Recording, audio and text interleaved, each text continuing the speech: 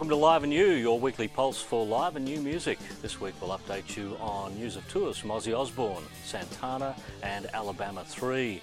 We'll look at what is on sale this week for venues around the country, and we'll give you a rundown of the tours in action. Also what to download. We'll run through the best new music online and in stores. And joining us in the studio, Tania, Doko and Irwin Thomas will introduce a new band, She Said Yes.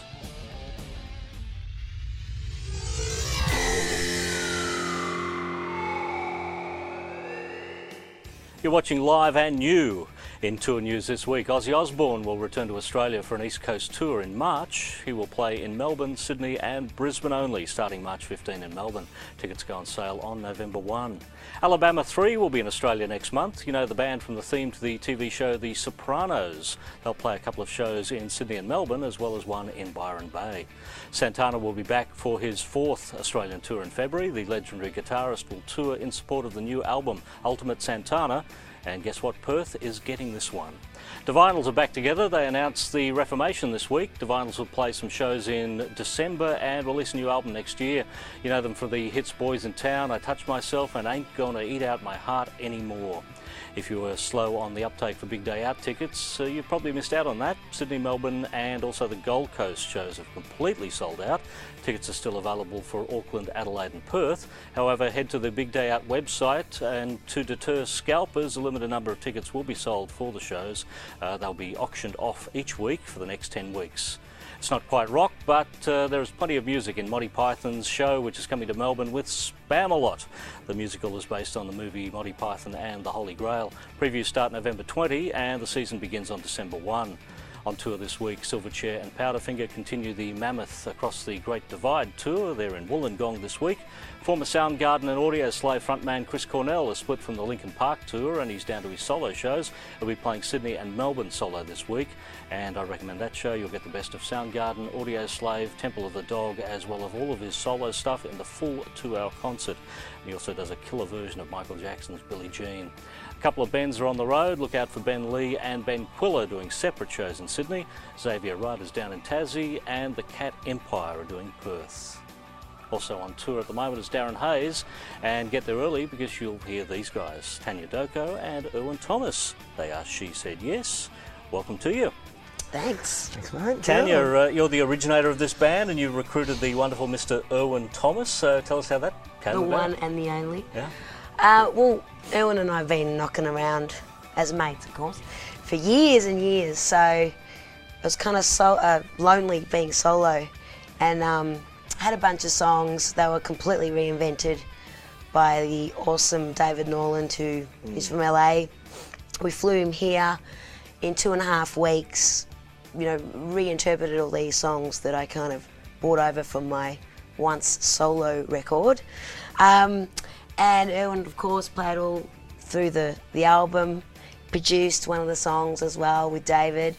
And, here we are on tour. So it's been a long time coming, but it kind of feels like quick as well. Well, we'll talk a bit about your past lives later on. We should talk about the other member of the band, Carl Lewis. Yes. Not to be confused with the runner. Yeah, that's right. I almost have one of those metal blanks, basically, both of them there. Yeah. But Carl has worked with Savage Garden as well. You're on tour with Darren at the moment. So that sounds like one big happy family with Darren and Carl and She Said Yes.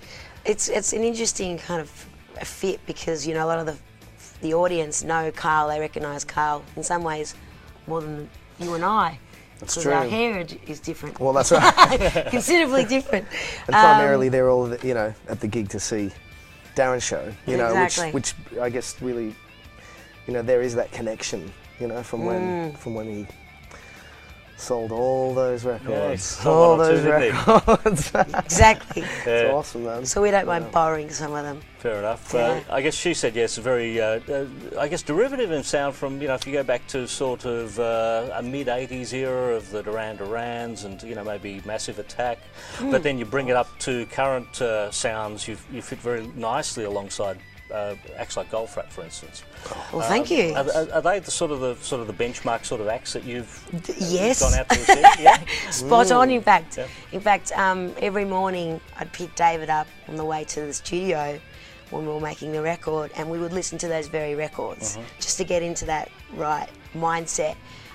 Throw in a bit of New Order, and yeah, I mean, they're the records that we were referencing sonically, and David's just a big electro head, but a great pop sensibility, and along with Irwin's, you know, awesome rockness, you get this kind of, I think, a really great marriage between rock and electro, so we call it Erocktro. We'll go and search for erocktro.com as well. Erocktro.com. Let's talk about some of the music. The EP is out there, and one of the tracks on it, All My Fault, is probably the lead track. Quite an old track too, isn't it, Tanya? Yeah, it's the one song that survived.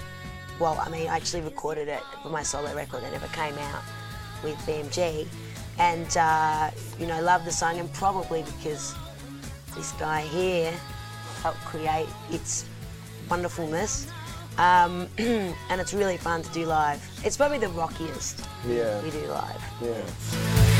And I don't wanna break it off, but I can't stand to watch us tear ourselves apart when you're on my phone. That was All My Fault, one of the tracks from the Tour Edition EP, She Said Yes. Tanya, Irwin, good to have you in. Thanks. And, we're going to talk about a few other tracks. One that isn't on the EP but you're performing live and actually opening the live set with is Love Bite. So Yes. describe that one, a very interesting title. Well, what can I say? Been bitten a few times, but you know, it's always good to draw on these things. Once bitten, twice shy. Unfortunately, no. Once bitten, here we go again. And Ain't that the truth? the one you've been closing the shows with, Pop Killer. Yeah, it's great. It's been interesting to play these songs live and get feedback about, you know, what people think, you know, should be a single, etc. And I've got no attachment to any of them being singles as such, but Pop Killer is actually standing out as the most memorable, like instantly memorable. It's researching really well. It is, yeah. Exactly. It's cool. But Thank it is, you, yeah. Irwin Osterio. Thank you. Yes. It's very nice to be here. Let's have a little listen to a bit of Pop Killer. You're a pop killer, you know thriller. You'll never get the better of me. Stop killing the vibe, a good feeling inside. Won't be giving in that easily. And that was a bit of Pop Killer from She Said Yes, the Tour Edition EP out there at the moment. We're talking to Tanya and Irwin from She Said Yes. We'll be finding a bit more about the band in just a moment. And next up, we'll be looking at the new music that's out there to download this week on Live and New.